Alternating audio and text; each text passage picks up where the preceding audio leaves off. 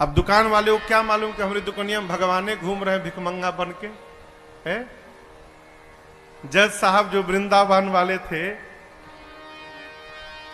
वो क्यों विरक्त हो गए?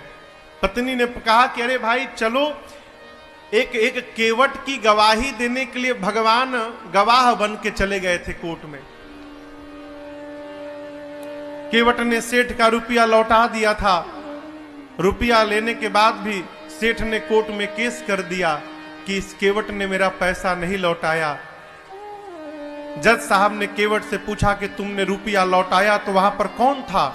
केवट बोला 3 लोग थे। कौन? सेठ जी, मैं और मेरे राम जी थे, मेरे रघुनाथ जी थे वहां पर। जज समझा रघुनाथ जी नाम का कोई आदमी होगा।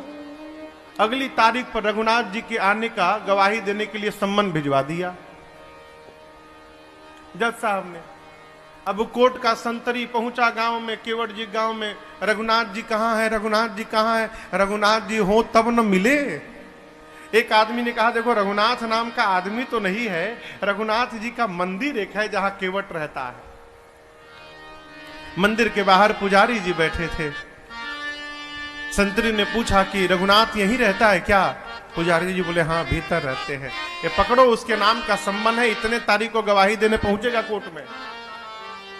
अब पंडित जी सोचे जब भगवान गवाह बनने के लिए तैयारे हो गए हैं तो हम कौन होते हैं बीच में रोकने वाले। पंडित जी सम्मन ले लिए और ले जाकर ठाकुर जी के चरणों में रखकर बोले प्रभु आज तक आपके लिए मिठाई आया, आज तक आपके लिए आभूषण आए, आज तक आपके लिए वस्त्र आया, पहली बार प्रभु आपके नाम का कोर्ट से सम्मन आया है।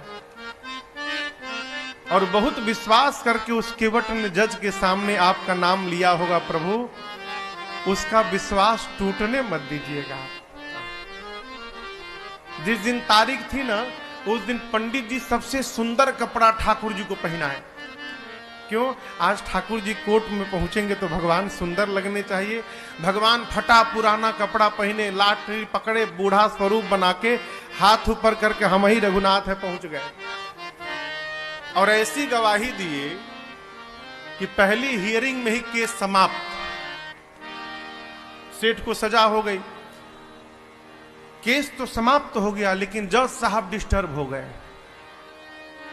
सोचने लगे भाई आज तक तो ऐसा कोई गवाह आया ही नहीं जो एक ही बार में केस को ही समाप्त कर दे। कोर्ट से निकल के अपने चेंबर में गए, केवट को बुलाकर बिठाए।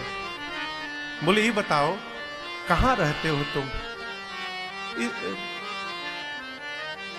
रघुनाथ जी के मंदिर में मैं रहता हूं। तो जज साहब बोले कि जो रघुनाथ आए थे? बोले जी जी। तो उनको लगा कि वो मंदिर बनवाए होंगे। तो जज साहब बोले लेकिन तो गरीब लग रहे थे और लग नहीं रहा था कि वो मंदिर बनवाए होंगे। केवट ने कहा प्रभु वो मंदिर बनवाने वाले रघुनाथ जी नहीं थे, मंदिर के भीतर बैठने वाले रघुनाथ जी आए थे। जज की मति हरा गई हो, कांपने लगा। संतरी को बुलाकर बोला सही सही बताना तुमने किसको सम्मन दिया था? बोला सर माफ करिएगा सर, रघुनाथ नाम का आदमी नहीं मिला। रघुनाथ जी का मंदिर था, मंदिर में पुजारी जी को देके चला आया था मैं। तो जो आए थे वही पुजारी। नहीं, पुजारी जी ये नहीं थे, दूसरे थे। जज को पूरी बात समझ में आ गई।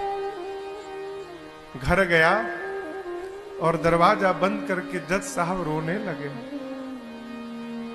पत्नी ने आकर पूछा क्यों रो रहे हो? पूरी बात बताए।